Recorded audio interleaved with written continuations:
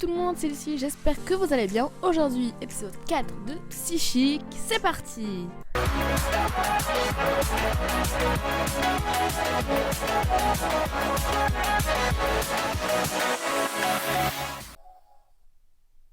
Ah! Les flammes ont pénétré dans la chambre et telles des langues rouges léchèrent toutes les directions. La chaleur nous étouffait et chauffait nos poumons. J'entendais des craquements venant de toutes les directions. Les flammes arrivent vers nous. Ne crie pas, ça me déchire l'oreille. Il exprima son mécontentement alors qu'il me tenait par la taille. Comment pouvez-vous dire ça? Tout brûle. Je sais, je peux le voir.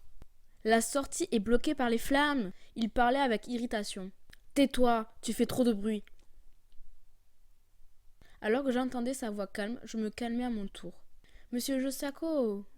J'ai tourné la tête vers lui. Avez-vous trouvé une solution? Peut-être. Il concentra sa force sur sa main qui tenait ma taille. Cependant, je ne suis pas sûre d'y arriver.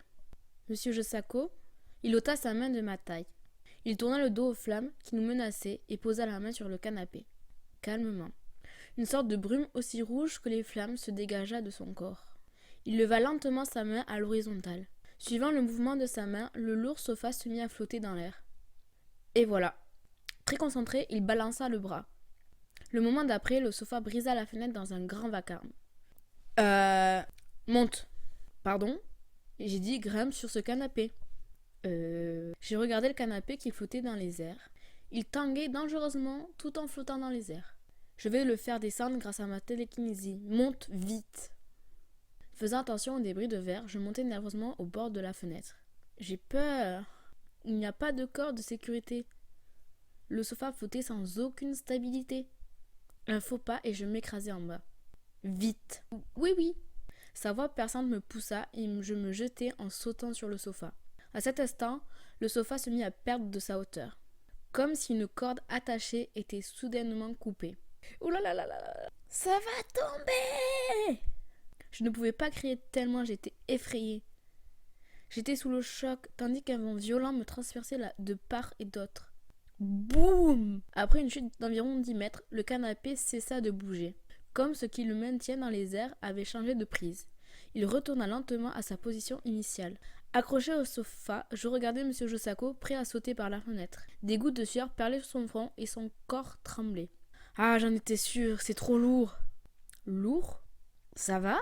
Ai-je crié vers M. Josako. N'ayant jamais utilisé la télékinésie, je ne savais pas ce qu'il ressentait. Mais j'imagine que le fardeau ressenti était aussi lourd que s'il portait à bout de bras. Si c'est le cas, le poids sur son corps est égal à la somme de nos poids et du sofa. Si ce n'est pas possible, je descends. Impossible, ne me sous-estime pas mon pouvoir. Bien qu'il ait été dévisagé par la douleur, il sourit sans peur. Reste là calmement, je vais te faire descendre. Monsieur Josako, ce fut à cet instant, M. Josako fit un pas vers le rebord de la fenêtre et sauta. Boum! Je sentis un poids supplémentaire sur le sofa. Et comme je l'avais craint, le sofa commença à chuter comme s'il perdait son support. Chute libre. J'ai hurlé de toutes mes forces. Ma conscience commençait à s'estomper. Alors que j'allais perdre connaissance, je sentis son bras chaud me tenant fermement. Ah! Lorsque j'ouvris mes yeux, le canapé avait atterri au sol. Je n'avais aucun souvenir de ce qui s'était passé après que M. Josako ait sauté. Mais je n'ai pas l'impression que l'atterrissage fut violent. On dirait qu'on a réussi. J'entendais la voix de M. Josako près de mon oreille. Il serrait mon corps qui ne pouvait plus s'arrêter de trembler. Je suis... Mon menton tremblait tellement que je ne pouvais plus parler. Mon corps tout entier était recouvert de sueur froide. Mes genoux tremblaient aussi. Nous sommes en vie. La voix de M. Josako, j'ai acquiescé du chef. C'est un mouvement saccadé, comme si j'étais une poupée brisée. Je suis vivante. Alors que j'en prenais conscience, mon corps arrêta doucement de trembler. M. Josako retira et se leva du canapé. Quant à moi, j'étais trop encore faible pour me lever. Alors qu'il essuyait la sueur de son front, il regarda la fenêtre par laquelle nous nous étions échappés. Je la regardais également. Mes yeux me jouent-ils des tours? On dirait un serpent de feu qui rampe seulement du dernier étage. Il ne touchait aucun autre étage. Les flammes n'ont pas l'air de s'étendre sur les autres étages. J'ai d'abord pensé que les systèmes de protection protégeaient les autres étages de l'hôtel contre l'incendie. Mais il fronça les sourcils. C'est là l'œuvre du pouvoir d'un Hihu. Quoi? Je me suis retournée vers lui. Le pouvoir d'un Hihu? Monsieur Josako, vous êtes un Hihu, n'est-ce pas? Oui. Pourquoi un membre des Hihu aurait tenté de vous tuer? Tout à l'heure, Monsieur Josako disait que les Sura et Hihu étaient ennemis. Si quelqu'un vous a pris pour cible, vous, Hihu, il semble plus probable que Sura soit. Comme toi, par exemple. Non, non, je n'ai pas fait ça. Alors pourquoi t'es-tu introduite dans mes appartements? À cause cette série de meurtres qui inquiète tout le monde. Lorsque j'observais les dossiers de les victimes, j'ai souvent vu apparaître le nom de Monsieur Josako. Je vois, c'est pour cela que tu es venu vers moi. Je bondis au son de sa voix. Son regard glacial me regardait de haut. J'avais oublié. Il peut lire dans mes pensées. Je n'ai aucune raison de m'excuser. Pour commencer, je me suis introduite dans la chambre simplement pour lui montrer les résultats de mon investigation et obtenir sa confession. Mais maintenant que je me retrouve face à lui, j'avais honte d'avoir agi si aveuglement. Même si c'est un suspect, j'aurais dû suivre une procédure plus correcte et respectueuse. Monsieur Josako laissa échapper un sourire du coin de la bouche. Il leva le coin de sa lèvre et sourit ironiquement. Je comprends ta façon simple de penser. Tu n'avais pas l'intention de me tuer. Vous me croyez? Croire quoi? Croire que je n'essayais pas de vous faire mal? Tu as essayé de me faire du mal?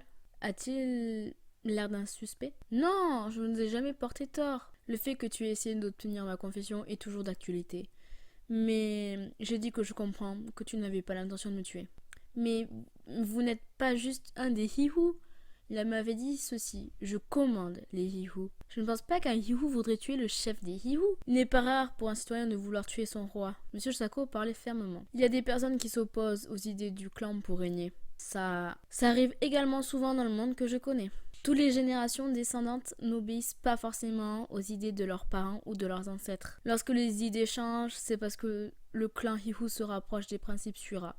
Et vice versa. Alors le criminel qui a essayé de tuer Monsieur Josako et je me demande qui est le coupable. Il continua dans mon passé. Mais je suis certain que cette flamme était contrôlée par le pouvoir Hihu. La flamme qui explosa par la fenêtre était d'un rouge vif. Oui, c'est la même fumée qui est apparue de sa main. Le problème est de savoir qui a tiré les ficelles de cet acte. Derrière tout ça, alors que j'allais lui répondre, j'eus l'étrange impression que tout mon corps était attaché avec une corde. Je me rendis compte que je ne pouvais pas bouger, même un doigt. Ce sentiment d'être attaché, cette sensation m'est familière. C'est la même que j'ai ressentie lorsqu'il déchira mes vêtements tout à l'heure. Monsieur Josako? Je pouvais seulement bouger mes yeux et les regarder. La paume de sa main était orientée vers moi. Aucun doute, elle était entourée d'une brume rouge. C'est Monsieur Josako qui me tenait pieds et poings liés. Pourquoi? Je comprends que tu n'avais pas l'intention de me tuer. Il répétait ce qu'il m'avait déjà dit. Mais le doute qu'il y ait peut-être quelqu'un derrière toi n'est pas encore levé. Quelqu'un derrière moi? Il ne pouvait plus bouger et commençait à suffoquer. Derrière moi, c'était ma propre décision, ça. Même mon chef était contre. Tu ne sais pas vraiment si ton chef était contre. Il leva les yeux en l'air de manière glaciale. S'il a bien jugé ton caractère, il a pu manipuler ton côté rebelle intentionnellement. Non, Monsieur Kiryu n'est pas ce genre de personne. Kiryu. Monsieur Josako répéta le nom qui m'avait traversé l'esprit. Même s'il n'avait pas eu cette intention, il a toujours la possibilité que son supérieur soit lié à cela. Beaucoup de Hihu et de Shura qui se cachent dans le monde entier. Même dans les postes de police, non. Dans la direction de la police, c'est exactement ça. Pas seulement la police, il y a des Hihu et des Shura dans toutes les organisations du pays. Sur ces paroles, M. Josako tambourina du pied et commença à marcher autour de moi, sans me quitter des yeux. Je revoyais mes vêtements déchirés et mon corps découvert qui se faisait examiner dans la pièce. Je sentais l'anxiété prendre le dessus. Aujourd'hui, la Shura que tu es, ainsi qu'un Hihu qui contrôle le feu, est apparu. Que ça soit Shura ou Hihu qui essaie de me tuer, j'ai ma petite idée. Mais c'était vraiment une décision arbitraire. Je n'étais contrôlée par personne. Il est probable que tu n'aies tout simplement pas été informé. Il est commun de se débarrasser de ces sous-fifres lorsqu'il est nécessaire. Je me posais des questions quant à sa sécurité. Être menacé de mort est-il son pain quotidien? Il arrêta de marcher, son profil faisait une ombre. Peut-être que j'ai raison. Le jeune leader du groupe Chartrat, le souverain des Hihu, il a sans doute des ennemis. Peut-être qu'il ne peut pas faire confiance à personne. Au moment où j'avais cette pensée, il me jeta un regard. Essayes-tu de sympathiser avec moi? Il affichait un rictus moqueur. Je ne suis pas arrivé si bas au point d'avoir besoin que tu compatisses. Puis j'entendis les sons de pas. Patron, vous allez bien? C'étaient les hommes en costume noir. Ils avaient changé de couleur parce qu'ils n'avaient pas pu protéger leur maître. Pardonnez-nous! Ils se prosternèrent devant lui, la tête contre le sol. Même si nous étions à vos côtés, ils étaient au bord du suicide. Monsieur Josako n'eut aucune réaction face à leur attitude. Regarda autour de lui lentement. Il semble que l'un d'entre vous manque. Oui, monsieur. Un des hommes redressa la tête. Kaizuka a été tué. Comment? Lorsque nous nous sommes précipités dans la chambre, son corps était déjà enfumé. Les yeux de monsieur Josako s'assombrirent. Je vois. Sa voix s'affaiblissait. C'était un bon élément. Il m'a sauvé la vie plusieurs fois. J'enverrai une compensation à sa famille. Il sembla que Kaizuka soit le nom de l'un de ces hommes. Son visage ne me montrait aucune émotion. Son ton était professionnel et philosophique. Mais je sentais qu'il était triste. Je comprends. Il a de la peine. Monsieur Josako? Après cela, les pompiers arrivèrent et éteignirent l'incendie. La chambre n'était pas complètement brûlée, mais elle serait inutilisable. Comme l'homme en costume noir lui avait dit, un corps carbonisé fut trouvé. Toi? À l'instant où l'incendie fut maîtrisé, une voiture de police arriva. Monsieur Kiryu sortait de la voiture, regarda Monsieur Josako d'un air dur, puis s'avança à grande enjambée. Mais il y eut un moment de pause dès qu'il me vit apparaître. Qu'est-ce que c'est que cet accoutrement? Si... J'avais oublié que je ne portais qu'un peignoir de bain. C'est... Non. J'ouvris la bouche pour donner des explications. Mais j'étais encore sous l'influence des pouvoirs de Monsieur Josako. Ma voix ne sortait pas. Et même si je pouvais lui donner des explications, je ne me demande pas quoi je devrais commencer. Je ne pense pas que Monsieur Kiryu croirait en un seul événement d'abracadabra. Mais une chose est claire pour moi. Mon apparence met définitivement Monsieur Kiryu sur la mauvaise voie. Je peux facilement imaginer ce qu'il y a à penser en me voyant ne porter qu'un peignoir. Non, Monsieur Kiryu, ce n'est pas Kiryu, c'est lui. Monsieur Josako a murmuré tout bas. Puis il s'est précipité à mes côtés. Quoi? Me tenant par la taille, il m'a tiré vers lui. Cela nous donnait l'apparence d'être en couple. Monsieur Josako, qu'est-ce qui vous prend? Monsieur Kiryu fit claquer sa langue et détourna son regard de moi. Puis il fixa Monsieur Josako. J'aimerais vous poser des questions sur l'incendie. Avez-vous du temps maintenant? Oui, mais faisons vite. Veuillez me suivre. Et soudain, mes pieds ont bougé sans que je ne les contrôle. Mon corps bougeait lentement et je me tenais entre Monsieur Josako et Monsieur Kiryu. Quoi? Qu'arrive-t-il à mon corps? Ma bouche s'ouvrit d'elle-même et des mots en sont sortis. Laissez-moi vous accompagner, Monsieur Kiryu. Monsieur Kiryu s'est arrêté de marcher. Il se retourna vers moi et me jeta un regard sévère. Je ne te permettrai pas de travailler dans un tel accoutrement, ne sois pas stupide. Je ne suis pas stupide, je vais vous accompagner comme témoin. Attendez, arrêtez! Ces mots qui sortaient de ma bouche n'étaient pas les miens. J'ai jeté un coup d'œil à Monsieur Josako à mes côtés. La fumée rouge s'échappait de ses mains qu'il cachait derrière son dos. Je m'en doutais. C'est la même chose que lorsque je ne pouvais pas bouger. Je suis contrôlée par Monsieur Josako. J'étais sur les lieux de l'incendie, je peux expliquer ce qui s'est passé. Ce qu'il s'est passé. Il me regarda de manière glaciale. Je me demande si tu es assez calme pour te rappeler de la situation. Mais ce n'est pas grave. Viens. Sur ces paroles, Monsieur Kiryu m'a tourné le dos et s'est mis à marcher. Monsieur Josako posa sa main sur mon épaule. Il approcha rapidement sa bouche de mon oreille. Je ne veux pas que l'on sache que les flammes ont été causées par des pouvoirs surnaturels. Je te ferai témoigner. Cet accident accidentel est le résultat de ma stupidité. Un incendie accidentel causé par votre stupidité? Allez-vous dire que c'est votre faute? Je criai intérieurement. C'est vous que l'on tentait de tuer dans cet incident? Non? Vous laissez le criminel s'en sortir? Si on parle d'incendie accidentel, il devra être responsable des coûts de la réparation et autres. Vous êtes plutôt la victime. Obéis. Sa voix était basse mais intense. Oui, je sais, il y a Kiryu qui apparaît à la place de Josako, c'est pas grave. Si nous disions la vérité, nous aurions plus de problèmes. Mais sa voix basse effleurait mon oreille. Sa respiration tiède me figea. Une situation floue et sans mes souvenirs. Oh non. Mon témoignage sonnait plutôt réaliste que si j'avais clairement dit les choses. L'ambiance n'avait rien de romantique. Comment peut-il mentir si aisément? Monsieur Josako pouvait certainement entendre ma voix intérieure. Mais il m'ignorait complètement. N'avez-vous pas remarqué le feu s'étendre avec une telle envergure? Vous n'y pensez pas. Monsieur Josako ria sous cape.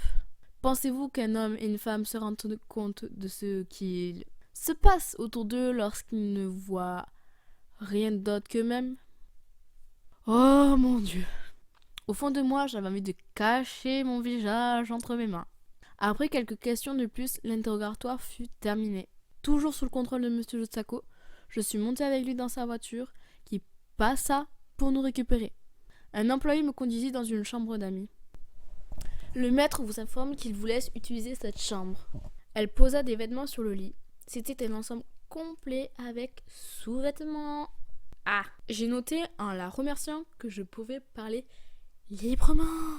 Oh, j'ai regardé mes pommes. J'ai tenté un pas et bougé ma tête de gauche à droite. Je peux bouger! Je n'étais enfin plus la marionnette de Monsieur Josako. Madame? Non, rien, merci beaucoup. Lorsque je répondais avec surprise, elle s'inclina et quitta la pièce. J'ai enfilé les vêtements et suis descendue à l'étage inférieur. Je suis arrivée dans le salon.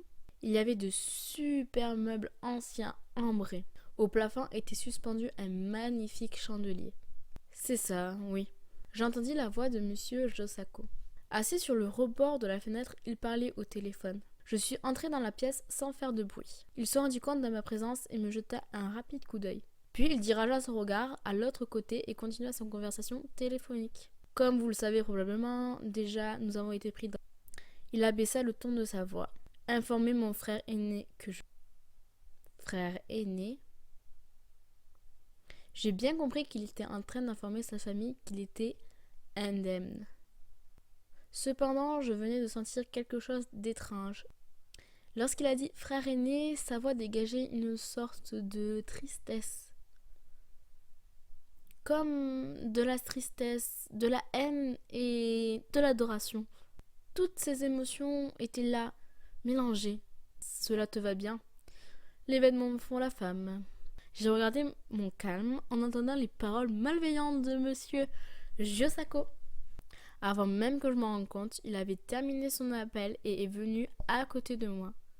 Ce n'est pas un compliment, n'est-ce pas? Non, je n'ai pas l'intention de te complimenter. La colère qui avait été confinée en moi se réveilla. Mes mots et mes actions avaient été sous contrôle pendant plusieurs heures. Mais ce n'est pas tout. Il m'a forcé à témoigner au commissariat. Et en plus, le contenu de mon témoignage avait été tellement indécent. Monsieur Kiryu a certainement du mal à interpréter la chose, ce qui s'est passé entre Monsieur Josako et moi. Il n'est pas seulement mon supérieur, mais il a aussi sauvé alors que j'étais exploitée à mon insu par un groupe de criminels il y a 10 ans. Et il est mon bienfaiteur et il se méprend. En y repensant, la colère a soudainement repris le dessus. Vous êtes dégoûtant. J'ai levé la main pour le gifler, mais il attrapa mon poignet au vol avant que je n'atteigne... À quoi joues-tu? Ne dites pas que vous ne comprenez pas. Ta façon de parler a encore changé, malgré le fait que je t'ai donné des vêtements. Sa voix calme me rendit encore plus furieuse. Idiot, vous êtes dégoûtant, vous m'avez fait mentir à Monsieur Kiryu. Je ne pourrai plus le regarder en face. Gouja. Monsieur Josako raffermit sa prise sur mon poignet. Aïe! Il rapprocha son visage du mien. Ses yeux parfaitement clairs étaient juste devant les miens. Je ne me rappelle pas t'avoir traité de Gouja, moi. Son doigt me pinça le poignet. Aïe! Es-tu si choqué que ton supérieur se méprenne? Quoi? Je n'ai pas eu le temps d'être surprise. À ce moment, j'ai réalisé que son visage était plus près du mien. Puis nous nous sommes embrassés. Je n'ai pas compris ce qu'il venait de se passer. Devant mes yeux, ses longs cils étaient inclinés, sa respiration légère me chatouillait la peau. Ses lèvres chaudes se pressaient tendrement contre les miennes. Arrêtez! Je me suis écartée de Monsieur Josako de toutes mes forces. Qu'est-ce qui vous prend? Je me suis essuyé la bouche avec le dos de la main. L'intérieur de mon corps me piquait délicieusement. Mon cœur battait la chamade, mes joues étaient rouges flamboyantes. Je ne pouvais pas lui pardonner cela. Ce n'était pas un baiser à la volée, comme s'il m'avait étreinte tendrement. J'ai secoué la tête. Ça ne peut pas être ce genre de baiser. Depuis l'instant où j'avais rencontré M. Josako, il n'avait cessé d'être égoïste et arrogant. Ça n'a aucun sens. Vous croyez que je vais vous permettre d'agir de la sorte tout en parlant qu'il n'entende pas mon cœur battre? Je le fixais. Vous m'avez amené ici en dépit de ma volonté. C'est un enlèvement. L'enlèvement et la séquestration d'un agent de police sont des crimes sévèrement punis. Tss. Il riait en plissant les yeux. Il continua de rire sans dire un mot, mais seulement en secouant les épaules. Qu'est-ce qui est si amusant? Tu n'as pas l'air de comprendre la situation dans laquelle tu te trouves. Monsieur Josako tendit la main vers moi. Du bout de ses doigts, il caressa mes cheveux et les fit passer derrière mon oreille. Alors, je vais te le faire comprendre. Sa douce voix n'était guère plus qu'un murmure. Qu'allez-vous... Déshabille-toi. Quoi? Dans le prochain épisode, tu es une captive. Lorsque je t'ordonne de t'agenouiller, tu le fais. Lorsque je te demande de te déshabiller, tu le fais. C'est comme ça que ça marche. Nope. Après cette fête conduite sous la résidence de M. Josako, Lucie est maintenue captive. Cependant, le vrai visage de M. Josako y est dévoilé. Lorsque j'ouvris la porte de la salle à manger, une bonne odeur s'en est dégagée. Oh, ça a l'air bon! Tu es réveillé? Debout dans la cuisine, M. Josako se tenait là, une casserole depuis laquelle un nuage de vapeur s'élevait à la main. Quoi? Comme une révélation, la vision réapparut. Soudain, M. Josako se redressa vigoureusement. Le visage sombre, il sortit de la salle. J'espère que cet épisode vous a plu. Pour ma part, j'ai adoré, j'ai hâte de voir la suite. Et vous, qu'est-ce que vous en avez pensé? Dites-le moi en commentaire et je vous dis à bientôt!